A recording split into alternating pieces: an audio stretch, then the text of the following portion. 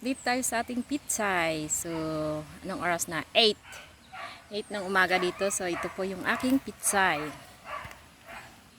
So, dito ko ginugugol yung aking oras kapag free time ako. Ayan. Ito po yung aking tanim na pitsay. Tingnan nyo po, oh. Ang ganda. Alanganin pa po yan. Hindi pa pwedeng gulayan yan. Late kasing tanim yan.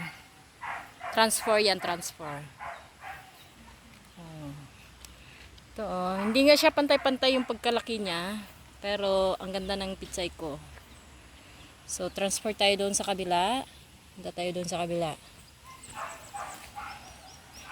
Ito yung aking pitsay. Oh. Same lang din sa kabila yan, flat. Yung unang video. Pareha sila the day nga tinransfer ko. Kaya ganun, same size la. Oh, ito. Yung dun sa dulo late yan ang tanim. Kaya baka magtataka kayo bakit kakaunti. Hindi siya same ng Ito naman, dito ko siya nilagay lahat yung aking similya. Dito ko pinatubo. So kaya nakikita nyo mas malaki siya. So pwede na itong anihin. Yan. Oh, tingnan nyo yung dahon. Ang ganda ng dahon niya, di ba? Tingnan nyo, oh.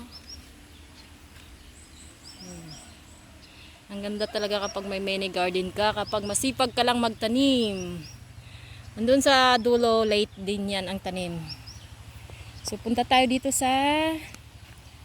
isang flat. Same din to, dito ko tinanim lahat yung parang pinunla yung yung pitsay. Kaya ganyan, oh. Yan siya.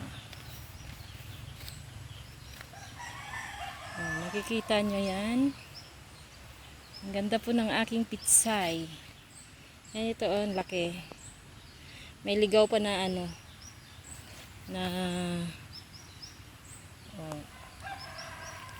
pitsay po kayo dyan. Ayun. Okay, alright. Ang ganda, diba? Ano mas sa inyo sa aking mini garden, guys? Ayan. Pwede na po ako mag-ani. Aanihin po yan. So, bye guys!